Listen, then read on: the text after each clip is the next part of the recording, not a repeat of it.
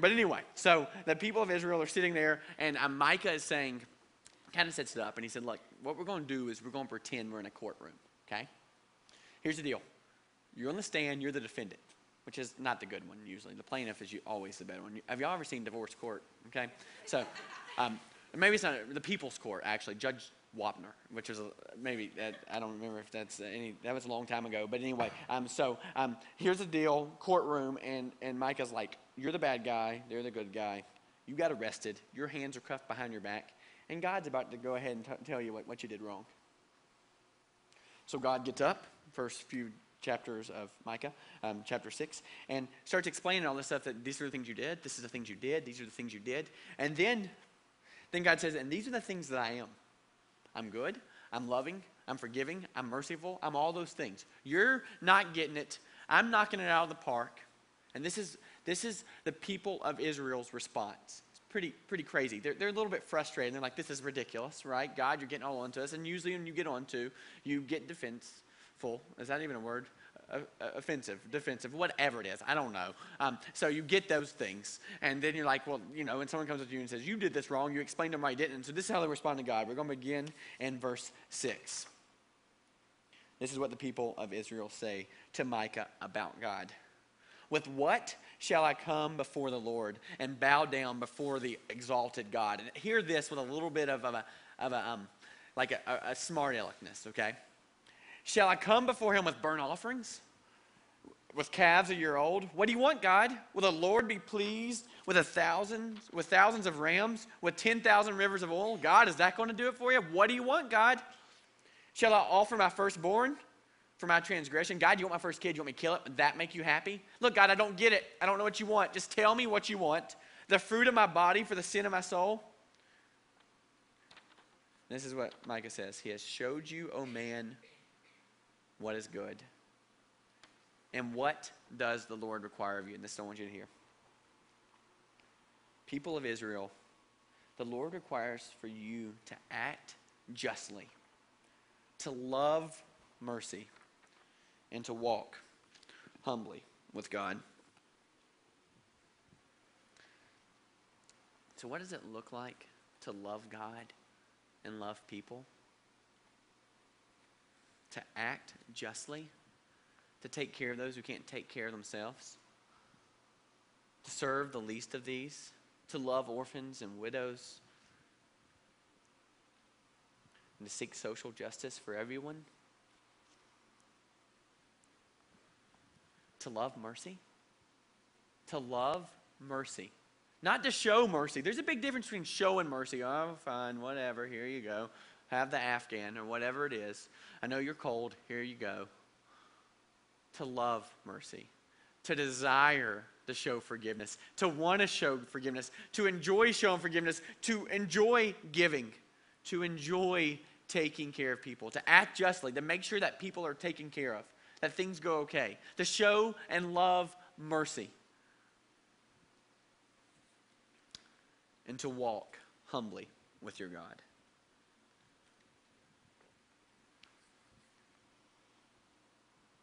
You see, because God is a God who saved you, because God is the one who saved you from the danger and destruction, because God is the one that turned away the possibility of judgment for you,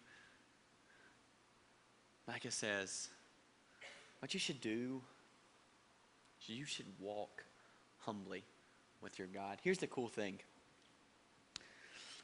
We began this talking about how is it our responsibility for us to try to save people's souls. And then we looked at Acts 2:47, and it says, and the Lord added to their number daily. I want you to see why it says, and the Lord added to their number daily. I want you to see what happens before the and, the prior part of the sentence. This is what it says. This is Acts 2, beginning in verse 44. It says, all the believers were together and had everything in common. Selling their possessions and goods, they gave to anyone as he had a need. Every day they continued to meet together in the temple courts. They broke bread in their homes and ate together with glad and sincere hearts, praising God, enjoying the favor of all the people. And the Lord added to their number daily those who are being saved.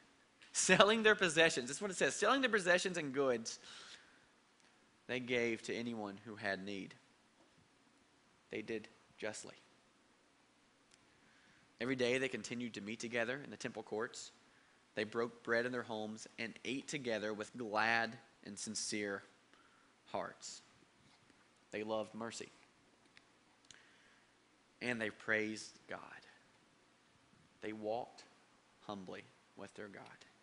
And the Lord added to their number daily. My favorite fable of all time, Aesop's Fables, has an A and then an E for some reason in the middle of it.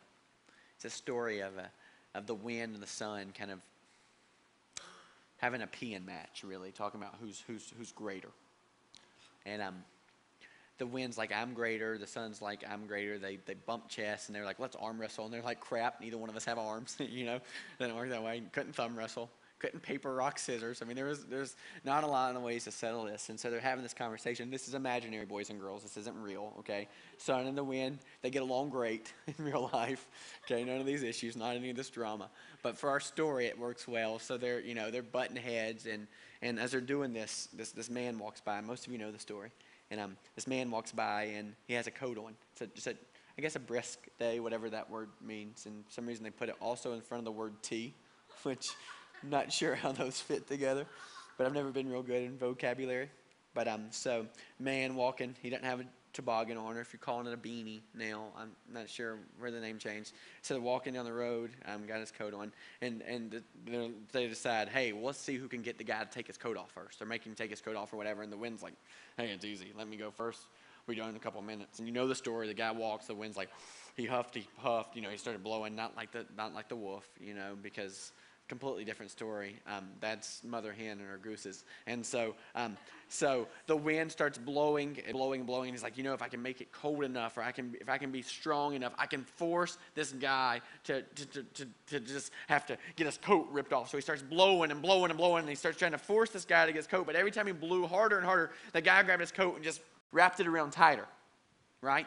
And just hung onto it as tight as he could. And he was freezing. And he finally just laid down a ball and just laid there. And the wind just kept blowing. He was rolling around. And he was hitting the trash can. But he wasn't letting go of his coat. And he's holding there. And he's freezing. And he keeps holding the coat. And finally, after hours upon hours upon hours, like it went on for like 7.5 months, right? And then finally the wind's like, you know what? I'm tired. And the sun's like, let me at it, And so you know how the story goes. And the sun just starts to warm up. And it gets warmer and warmer and warmer and warmer. And the guy's like, oh, this weather's pretty nice. This weather's real nice. And he gets a little cozy, and as he's sitting there, and he's kind of comfortable, and he's like, oh, you know what? This could be a good day to take off the coat. It could be a little warm with the coat on, right? I'd be even more comfortable without all this covering. So it was zipped, and so he unzips the coat. And the music starts, right? And he's also got a top hat and cane, which works well for the story. And so he jumps up and he clicks his feet twice and does a little pat. And then he does this move. You know what I'm talking about? This one right here, and I can't do it. So maybe it didn't make any sense. Like, I'm always like, Julie, you know this song? She's like, sing it for me. She's like, I don't understand, right? But this one, you know what I'm talking about? Where they go, pop, pop, pop, or whatever it is, does that move, sits down the cane, takes off the hat, and goes, pa, like that right there. Just like that. And the son's like, you see? I know, silly story. But it does have a moral, because that's all of Aesop's fables have morals, really. Really the idea is maybe the best way to get someone to pursue something is not to try to manipulate them, not to try to force them. Maybe the best way to do something is to get them comfortable. Some of our closest friends, they live across the street from us, had a kid, 9 weeks ago now. His name's Moses Josiah Apson, little Mojo. And really, he watches this online. Thanks a lot, Scott. I'm sorry. They didn't mean it, okay? They love your kid's name.